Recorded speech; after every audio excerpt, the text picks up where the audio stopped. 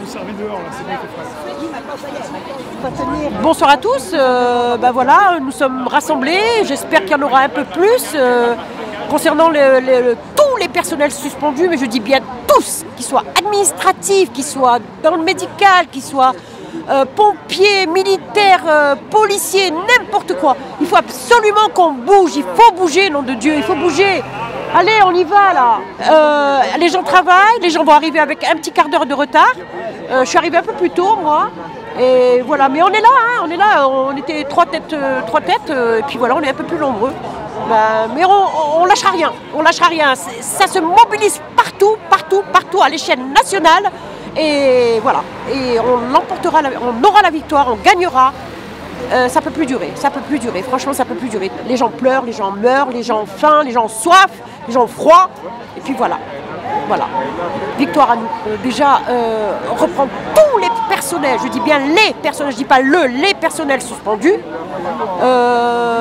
Les salaires sont vraiment au plus bas, les gens n'arrivent pas à leur fin, F-I-N et F-A-I-M, voilà, et ça peut plus durer quoi, ça peut plus durer, c'est quoi ça les cadeaux de Noël que je vois un peu partout alors qu'il y en a qui pleurent pour leurs enfants, des suicides récemment, la dame qui est décédée, elle a laissé deux enfants, 7 ans et 3 ans, mais vous n'avez aucun état d'âme, c'est pas possible. Bougez les gens, bougez, même si vous êtes vaccinés, bougez, nom de Dieu, bougez. Voilà, j'ai plus rien à dire, j'ai envie de pleurer là, j'ai envie de pleurer, franchement. Très en colère. Non, j'ai envie de pleurer, franchement, j'ai envie de pleurer, ça peut plus durer. Mon fils hier, c'était pareil, il me dit, je n'en peux plus, il n'arrive pas à finir ses fins de mois, pourtant il n'a pas d'enfant et tout, mais il fait pas d'excès, mais il n'en peut plus. Je parle pas pour mon fils, voilà, c'est parce que le cas s'est présenté là, mais ça peut plus durer, ça peut plus durer. Très en colère et très...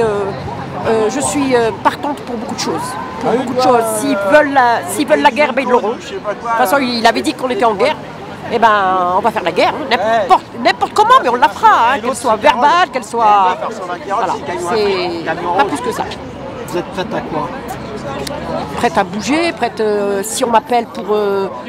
Bon, d'abord, comme nous tous, comme beaucoup de nous, on se mobilise, on s'entraide, prête...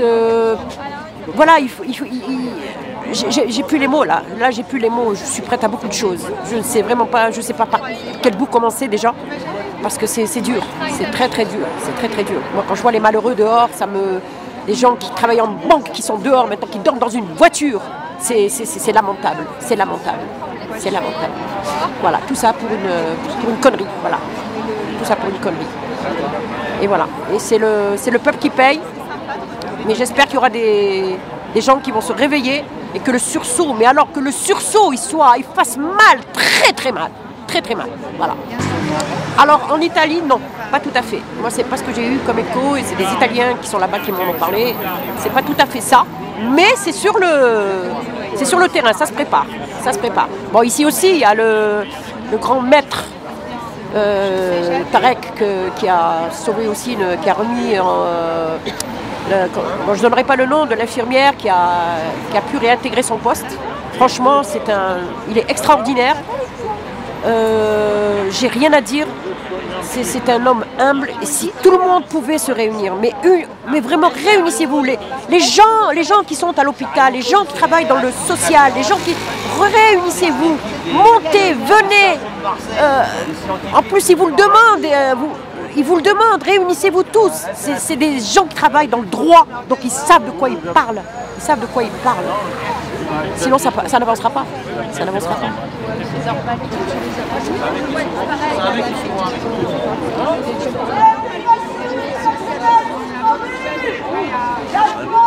Non, mais c'est un mec, c'est un filmeur, il a allumé sa caméra cachée. Oh putain! Oh merde!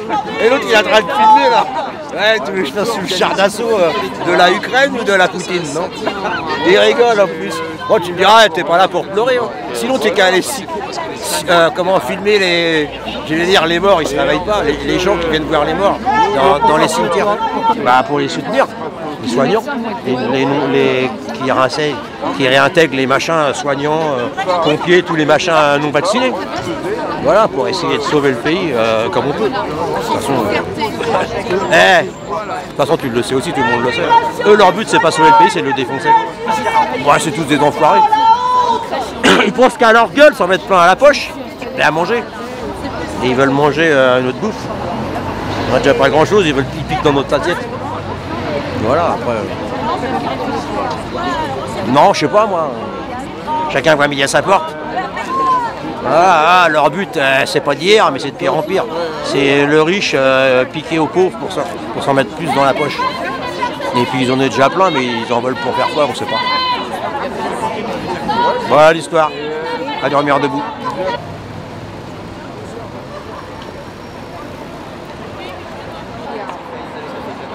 À partir du XVIe siècle.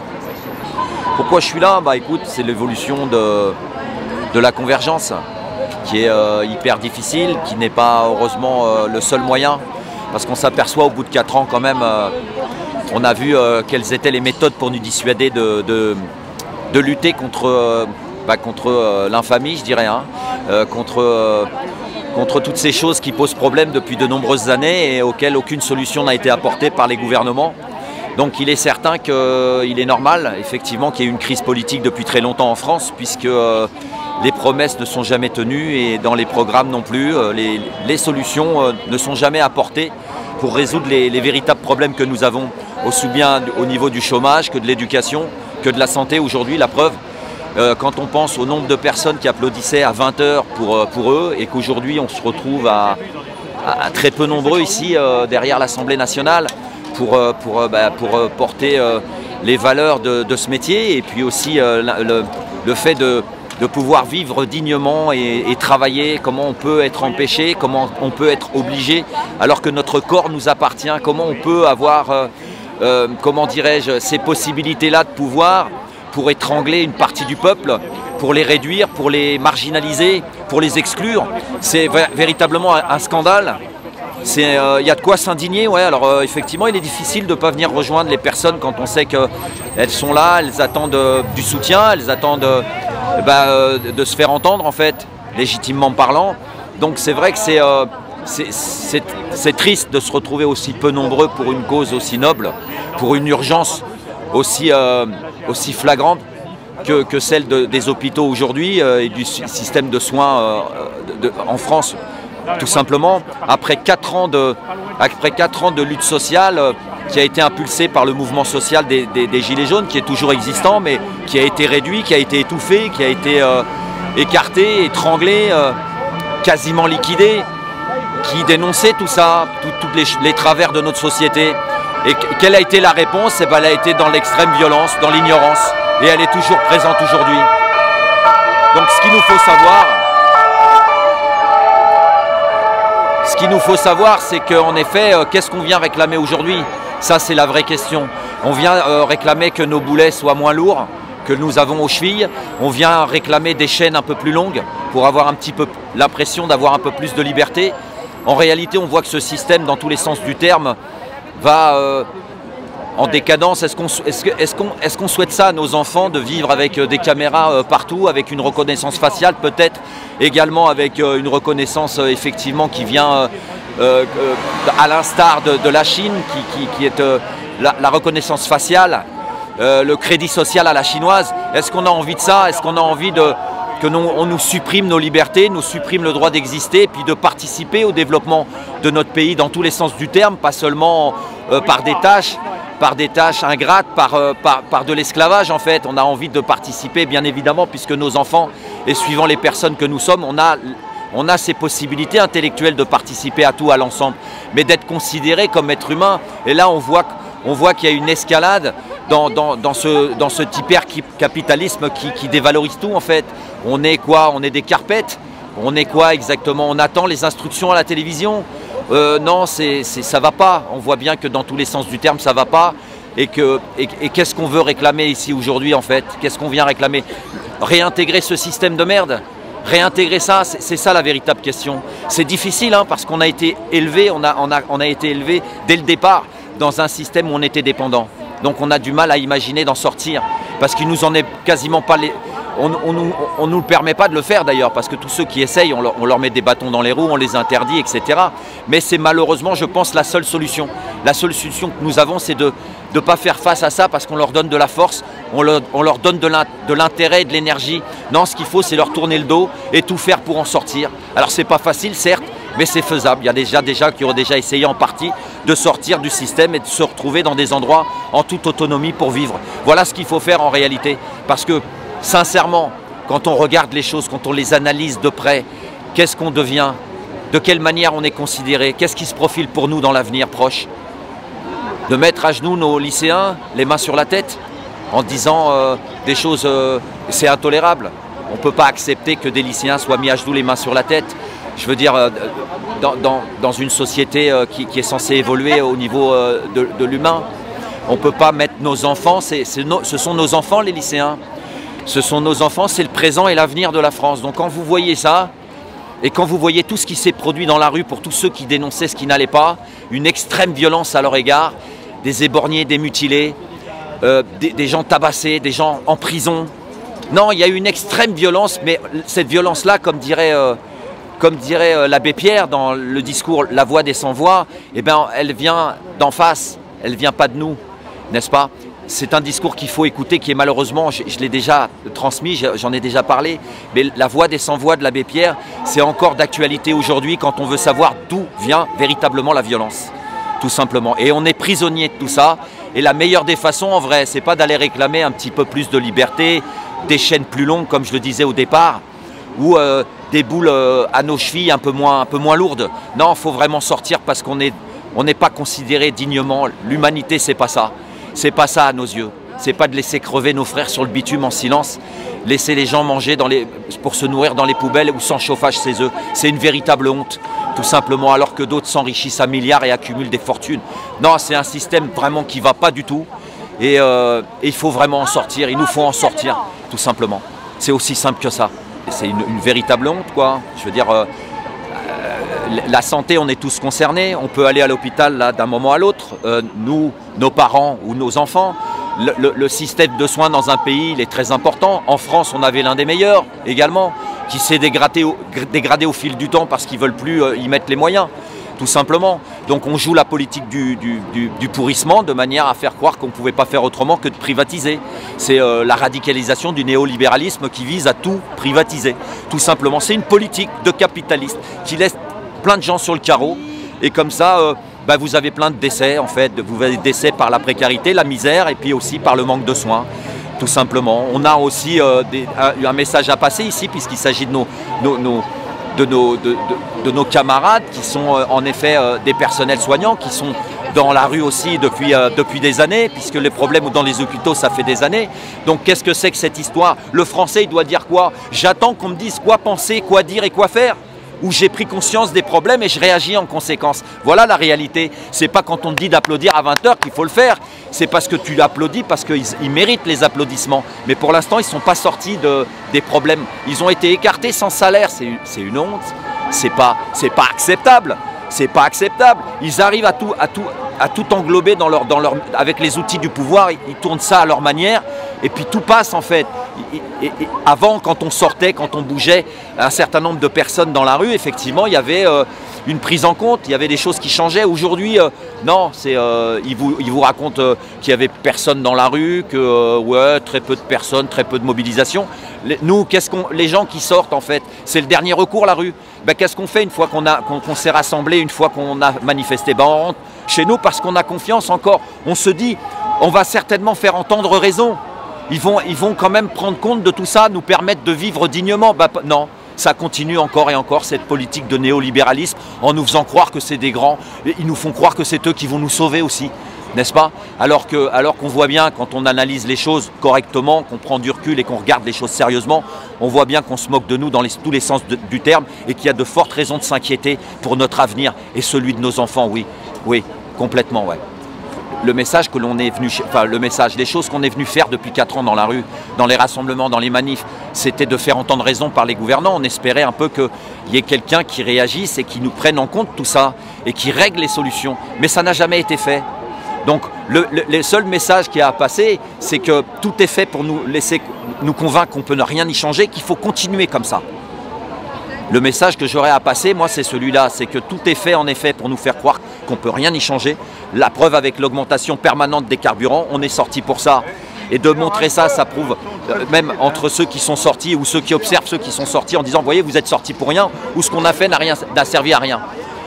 Tout est fait comme ça, pour que vous continuez à servir sans vous opposer à quoi que ce soit, quoi. Il faut faire ce qu'on vous demande de faire sans vous y opposer, tout simplement. Donc ça ne s'appelle pas de la liberté d'expression, d'opinion et aussi d'avoir son libre arbitre. Et puis comme la science, tu sais que la science elle est basée aussi sur des échanges qui sont contradictoires, quoi. C'est l'histoire de la science et puis c'est une normalité. C'est comme aujourd'hui, tu peux critiquer les politiques du monde entier, en principe. Aujourd'hui, on arrive en France avec une continuité aussi de nous dire ah bah, il ne faut pas critiquer tel ou tel pays ou tel groupe politique ou extrême. Non, non, non, on peut critiquer les pays, leur politique, etc. C'est ça la liberté d'expression. Et c'est ça la liberté d'opinion. Et c'est pas ce qu'ils nous montrent, eux, à leur manière. Ils nous font des schémas, ils nous disent ce qu'il faut penser, ce qu'il faut faire, et il faut en sortir. Et je pense que dans l'observation de l'Europe et du monde, il n'y a pas de possibilité, parce que ce qui est prévu pour nous, c'est pas bon, quoi. C'est pas bon du tout. Ça nous rend esclaves à perpétuité, infiniment, quoi. On n'en sortira jamais avec la dette, avec tous leurs prétextes et leurs arguments qui nous mettent dans un système où on doit soi-disant travailler jusqu'à 65 ans ou je sais pas quoi, alors que les gens sont mis à l'écart à 45-50 ans, quoi. On voit bien que dans tous les domaines, on se moque de nous. C'est pas sérieux, c'est pas correct, c'est pas digne. Donc il est normal qu'on réagisse. La seule solution que je trouve, je pense, c'est d'en sortir complètement. On ne va pas réclamer plus de liberté dans ces conditions-là, avec des caméras, avec des obligations, avec des puces d'identification sous la peau. Non, c'est pas une vie, ça. Le crédit social à la chinoise, c'est pas une vie. Ce qu'ils nous proposent, c'est pas une vie, c'est pas un avenir digne. Donc il faut absolument en sortir, tout simplement. Ici, je viens pour voir des gens. Je me suis dit pour voir s'il allait avoir une forte mobilisation. J'espérais une forte mobilisation. Bien sûr qu'il faudrait être hyper nombreux parce que la santé, c'est super important. On est tous concernés. Donc c'est pas normal de les laisser à l'abandon comme ça, de les ignorer, ces personnes-là. On les laisse sans salaire, on les laisse dans cette situation et puis on essaye de les obliger à se vacciner. C'est scandaleux, tout simplement. Et la meilleure des façons, pour moi, à mon sens, c'est de sortir de tout ça, de se barrer et de laisser tomber tout ça, quoi, de sortir de ce système du plus qu'on peut, quoi, du plus qu'on peut, d'être autonome, de vivre en autonomie. Alors c'est pas évident, hein, parce qu'on n'a pas du tout été préparé à ça, mais il y en a qui le font d'une certaine manière, peut-être pas à 100%, mais pas mal quand même, hein. Ils sont sur des terrains, ils s'occupent de leur nourriture, ils s'occupent de leur logement et ils vivent au maximum en autonomie. Et je pense que c'est la seule solution en fait, de leur tourner le dos. Il ne faut plus leur donner d'intérêt puisqu'ils n'en ont trop peu pour nous. Voilà ce que j'en pense en tout cas. Merci. Merci à toi.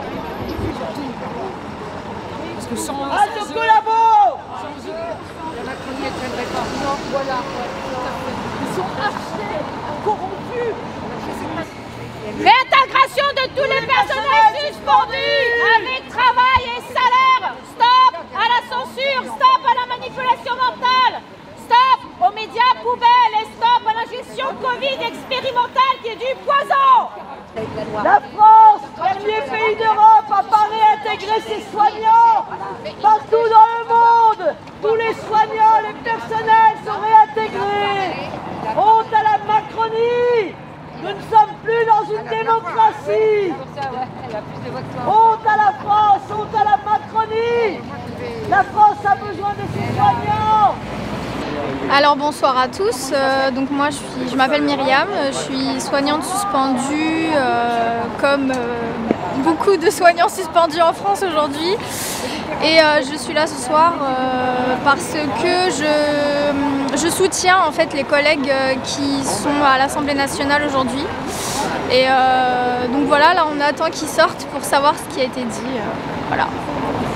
Bah c'est interminable en fait. On se dit quand est-ce que ça va finir cette histoire, c'est interminable. Là ça fait plus d'un an, quand est-ce que ça finit là? C'est fatigant, on n'en peut plus, c'est vraiment un combat au jour le jour.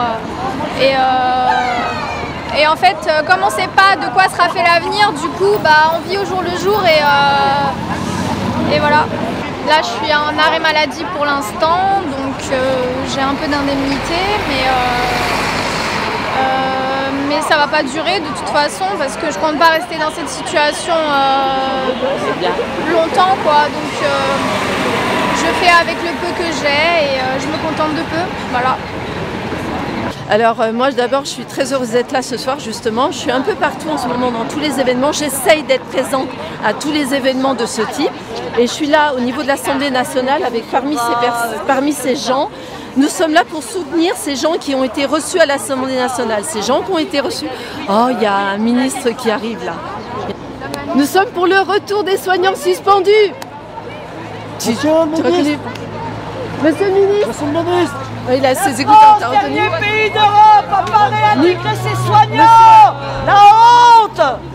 Ah oui, nous sommes pour le retour du personnel soignant suspendu. Donc je suis là parmi ces personnes pour ces soignants suspendus qui ont été reçus à l'Assemblée nationale. Nous sommes là pour dire voilà, on est là et on soutient complètement cette démarche qu'on trouve totalement injuste parce que ça fait plus d'1 an qu'ils n'ont pas de salaire. Ensuite, c'est pour dire que nous occupons le terrain, on n'a pas l'intention de laisser tomber et que de manière générale, comment dire, tout ça, même s'il y a une guerre psychologique qui est menée derrière ça, nous en avons conscience, nous sommes là pour dire aux députés, c'est une façon, notre façon d'être là, c'est une façon de dire aux députés, faites votre travail.